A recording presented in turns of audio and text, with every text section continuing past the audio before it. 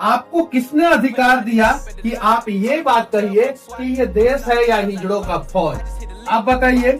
अगर आप इस देश को जो है हिजड़ों का फौज बता रहे हैं, तो इस देश में अगर सबसे मोटा ताजा तगड़ा हिजड़ा अगर कोई होगा तो वो तो आप हो जाएंगे।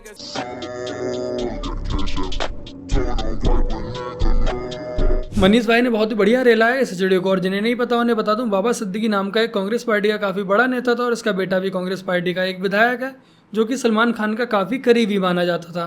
फिलहाल अभी रिसेंट में इसकी हत्या हो गई और लॉरेंस बिश्नोई गैंग ने इसकी हत्या की जिम्मेदारी ली है। अब इसमें सच कितना है ये तो जांच का विषय है। तो फिलहाल इस हिजड़े ने इसी को लेकर एक ट्वीट किया था। मान लिया बड़े ताकतवर हुआ, बड़े बहादुर हुआ, इतने बहादुर इतने ताकतवर हुआ कि आप अपने परिवार वालों को कंधा दोगे, उनकी अर्थी उठाओगे। इतना जिगर है आप? क्यों आप यमराज और मलिकुल मौत बनना चाहते हो? और क्यों अपने परिवार के लोगों पे इन्ना लिल्लाह है और राम नाम सत्य है पढ़ना चाहते हो? ये सलमान खान की ओल्ड वीडियो थी कोरोना के समय में उन लोगों के लिए जो लॉकडाउन का उल्लंघन कर रहे थे, किंतु इनके जैसे बेवकूफ लोग जो कि अपने नाम के आगे डॉक्टर लिखते हैं, पता नहीं कहाँ के ये असिस्टेंट प्रोफेसर हैं, ये सलमान खान की उस ओल्ड वीडियो को आज की वीडियो बताकर शेयर कर रही हैं और इसे लॉरेंस बिश्नोई के साथ जोड़ रही हैं और बता रही हैं कि सलमान खान ने लॉरेंस बिश्नोई को धमकी दे डाली। मतलब कि जो व्यक्ति डर के मारे 15-15 गार्ड साथ में लेकर घूम रहा है वो लॉरेंस बिश्नोई को धमकी दे रहा है। खैर ये अकेले नहीं, इनके जैसे कई नमूने जो सलमान खान की पुरानी वीडियो को लॉरेंस बिश्नोई के साथ जोड़कर साझा करे खुद को तसल्ली देने पर लगे हुए हैं। राम गोपाल के शरीर में लगे हैं 35 छर्रे। हत्या से पहले तड़पाया गया, नाखून उखाड़ा गया, राम गोपाल को करंट भी लगाया गया। इस वक्त की बड़ी खबर आ रही है, बहराइच हिंसा में राम गोपाल मिश्रा की जो हत्या की गई थी उससे पहले उसे तड़पाया गया था, उसे करंट लगाया गया था, उसके नाखून तक उखाड़े गए थे। तो ऐसे में बड़ा सवाल यह है कि अगर झड़प हुई थी तो झड़प के दौरान इस तरह से बेरहमी से टॉर्चर करने की क्या जरूरत थी, और अगर हीट ऑफ द मोमेंट में गोली चली थी तो आखिरकार इतने तरीके से इस तरह से जो बेरहमी की गई है राम गोपाल मिश्रा से, उसके पीछे क्या सफाई दी जा सकती है? इस वक्त की बड़ी खबर आ रही है। पेश है बहराइच से भाईचारे की एक और मिसाल, जहां पर इस समय योगी जी की सरकार है तब ये हालात हैं और इसमें सफाई दी जा रही है कि राम गोपाल ने हरा झंडा उतारकर वहां पर भगवा झंडा लहरा दिया था। इस वजह से बेचारे मासूम निर्दोष दीन दुखी मुसलमानों ने मार दिया, उनके पास कोई और ऑप्शन ही नहीं बचा था, क्योंकि हमारे देश में ना ही संविधान है ना ही हमारे देश में कानून है, तो वो बेचारे क्या करते। फिलहाल हम लोग ऐसे ही जातियों में बंटते रहेंगे और कटते रहेंगे। हमेशा कहना वही है, अभी भी वही कहते हैं। अब तक तो चुप बैठे थे, थोड़ा अब जान मिलने के बाद बोलते हैं।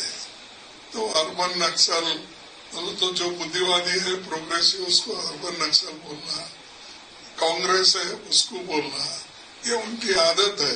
वो खुद ही क्या है बोले तो उनकी पार्टी टेररिस्ट की पार्टी है, लिंचिंग करते हैं, मारते हैं। सुना ना आप लोगों ने, ये हैं खड़गे जी जो कि कांग्रेस पार्टी के रिमोट कंट्रोल अध्यक्ष हैं। इनका कहना है कि बीजेपी आतंकियों की पार्टी है। ये तो वही बात हो गई कि उल्टा चोर कोतवाल को डांटे, लेकिन जो सच में आतंकवादी हैं ये उन्हें कभी भी आतंकवादी नहीं कहते हैं। मतलब कि एक ऐसी पार्टी जिसके नेता खुद आतंकवादियों की रिहाई की सिफारिश करते हैं वो बीजेपी को आतंकियों की पार्टी बोल रहे हैं। एक ऐसी पार्टी जिसका रिमोट कंट्रोल पीएम आतंकवादियों को गले लगाता है, उनसे हाथ मिलाता है, वो आतंकवाद पर आज ज्ञान दे रहे हैं। ये वही कांग्रेस पार्टी जो अफजल गुरु की फांसी को लेकर नर्म रुख अपनाती रही और आज ये बीजेपी को उल्टा ज्ञान दे रहे हैं। और इनका कहना यह है कि मोदी जी ने कांग्रेस पार्टी को अर्बन नक्सल पार्टी बताया, तो भाई जो पार्टी टुकड़े टुकड़े गैंग के साथ खड़ी रहेगी उस पार्टी को और क्या बताया जाएगा। ये कांग्रेस पार्टी उन्हें कभी भी आतंकवादी नहीं कहेगी जो जात के नाम पर आतंकवाद फैलाते हैं, लेकिन भगवा आतंकवाद का शब्द अवश्य गढ़ देगी। 2013 में यूपी सरकार के तत्कालीन केंद्रीय मंत्री सुशील कुमार शिंदे ने हिंदू आतंकवाद की बात कही थी और कहा था कि प्रशिक्षण शिविर में हिंदू आतंकवाद को बढ़ावा दिया जाता है। और ऐसे ही 2010 में तत्कालीन केंद्रीय गृह मंत्री पी चिदम्बरम में भगवा आतंकवाद का शब्द गढ़ा था। और यहाँ तक कि इसी कांग्रेस पार्टी के नेता दिग्विजय ने 26/11 हमले को आरएसएस की साजिश तक बता दिया था। इसी कांग्रेस ने नूह में रोहिंग्या सहित आतंकवादियों को भी पाला है। जिन्हें नहीं पता उन्हें बता दूं, 31 अगस्त 2023 को हरियाणा के मेवात और नूह में जब विश्व हिंदू परिषद और बजरंग दल के कार्यकर्ता भगवा यात्रा निकाल रहे थे और जैसे ही ये भगवा यात्रा नूह झंडा पार्क पहुंची तो पथराव शुरू हो गया और कई गाड़ियों को आग के हवाले कर दिया गया। और यहाँ रोहिंग्या मुसलमानों के द्वारा सिर्फ पथराव ही नहीं किया गया, गोलियां भी चलाई गई, गाड़ियों में बसों में आग भी लगाई गई। और इस पथराव व गोलीकांड में 2 होमगार्ड व एक नागरिक की मौत हुई और 10 से ज्यादा पुलिसकर्मी इसमें घायल हुए थे। और फिर इसी कांग्रेस पार्टी का एक नेता मोमिन खान जो कि रोहिंग्यों के साथ खड़ा था, उन्हें पूरा सपोर्ट दे रहा था, उन्हें पूरी मदद कर रहा था। बट कांग्रेस पार्टी बाद में उस मोमिन खान को ही बचाने पर लगी रही, क्योंकि इन दंगाइयों को ये बात अच्छे से पता है कि इनके नेता, विधायक, सांसद व पूरी की पूरी कांग्रेस पार्टी इन्हें बचाने के लिए एड़ी चोटी का जोर लगा देगी। अदालत में 50-50 अच्छे बड़े लेवल के वकील तक इनके सपोर्ट में खड़ी कर देगी। नूह दंगों से लेकर दिल्ली तक सारे के सारे दंगे रोहिंग्या मुसलमानों ने ही किए हैं, क्योंकि इनका कोई भी कुछ भी नहीं बिगाड़ सकता है। जहाँ पर रहते हैं वो सरकारी जमीन है, या फिर इन लोगों ने आम नागरिकों की जमीन पर उनके घरों पर कब्जा कर रखा है। और यदि ये पकड़े भी आते हैं तो ना ही इनकी कोई प्रॉपर्टी जब्त होगी, ना ही इनके किसी घर पर बुलडोजर चल पाएगा। और इनको बचाने के लिए कांग्रेस के वकील लगे ही होते हैं। आज पूरे भारत में कांग्रेस पार्टी के नेतृत्व में इंडिया गठबंधन की सारी पार्टियां रोहिंग्या मुसलमानों को भारत में बसाने पर लगी हुई हैं, ताकि बस ये अपना वोट बैंक बढ़ा सकें। और ये लोग हमेशा ही उन रोहिंग्या मुसलमानों का खुलकर समर्थन करते हैं। और रही बेचारे खड़गे साहब की बात, जो कि रिमोट कंट्रोल अध्यक्ष हैं, वो बेचारे इसलिए बौखला गए हैं क्योंकि अभी कर्नाटक सरकार ने संदिग्ध परिस्थितियों में इनके परिवार को 5 एकड़ की जमीन इनके ट्रस्ट में ऐसे ही दे दी, जिसको लेकर बीजेपी ने आरोप लगाया और जांच की मांग की, जिसके बाद से बेचारे खड़गे साहब नाराज हो जाते हैं। मैं वहीं था, गोलियां चल रही थी तब मैं वहीं था। क्या हुआ, कितने बजे घटना थी? घटना लगभग 4:30 से 5 के बीच की थी। हम लोग इधर से अपनी प्रतिमाएं लेकर जा रहे थे। कुल कितनी प्रतिमाएं रही होंगी? कुल प्रतिमाएं लगभग 15 थी। अच्छा। वो वहाँ चौराहे पे हम लोग प्रतिमाएं लेकर जा रहे थे, तो उन लोगों के द्वारा छोटे छोटे पत्थर हमारी प्रतिमाओं पर फेंके गए।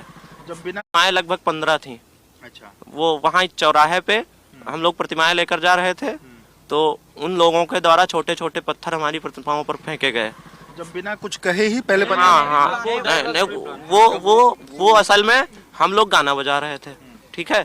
तो उन लोगों ने कहा गाना बंद करो, तो हम लोगों ने कहा गाना नहीं बंद करेंगे। तो उन लोगों ने पत्थर चला दिए। पत्थर चला के वो लोग भाग गए। बगल में ही घर है उनके, सब घर में बंद हो गए।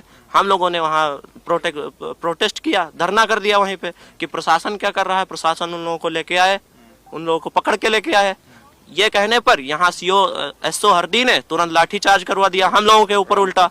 आप लोग पर ही जी उल्टा आप भी चोटिल हुए? हाँ, ये हमारे तो छर्रा लगा था। निकला इनके। हाँ, उस लड़के को बचाने गए थे, ये छर्रा लगा। रामगोपाल को आप बचाने? नहीं, वो रामगोपाल मिश्रा को, हाँ, उसको बचाने गया था।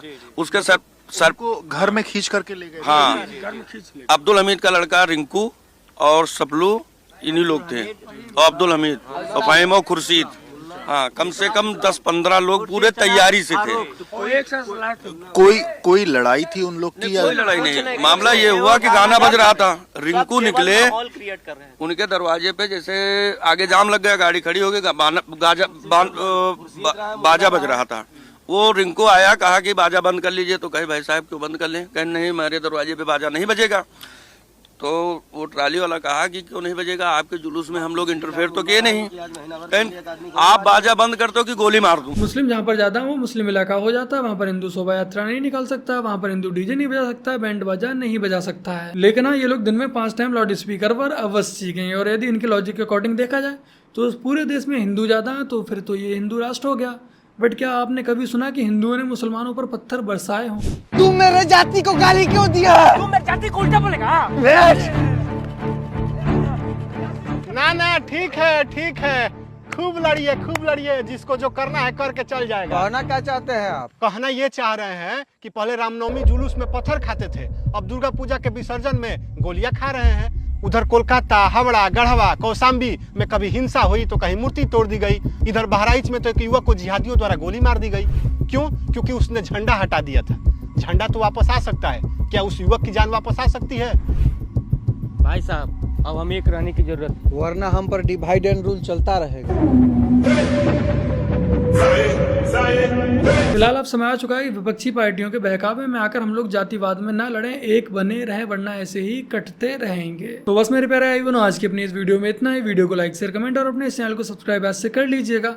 चलिए जल्द मिलते हैं एक और नई वीडियो के साथ। तब तक के लिए जय हिंद, वंदे मातरम, जय श्री राम। पुलिस प्रशासन या नरेंद्र मोदी जी, अगर आपको हमसे दोबारा वोट चाहिए तो जिसका साथ उसका विकास करना होगा, अन्यथा आप सत्ता से बाहर जाएंगे। और ये चुनौती है आपको, ये बंद करिए सबका साथ सबका विकास। आपको वो वोट नहीं देते हैं, आप क्यों उनको प्रधानमंत्री आवास योजना देते हैं, तो फ्री में भोजन देते हैं, इसलिए ताकि वो हमारी माता जी को जला सके, इसलिए ताकि वो हम पर दखलबाजी कर सके। ये बहुत हुआ, अब बंद होगा। अगर इसका प्रतिकार नहीं हुआ तो 24 घंटे के अंदर वो होगा जो प्रशासन झेल भी नहीं पाएगा। ये वचन नहीं, श्री कृष्ण को साक्षी मान कर शपथ लेता पूरा हिंदू समाज। जय जय श्री राम।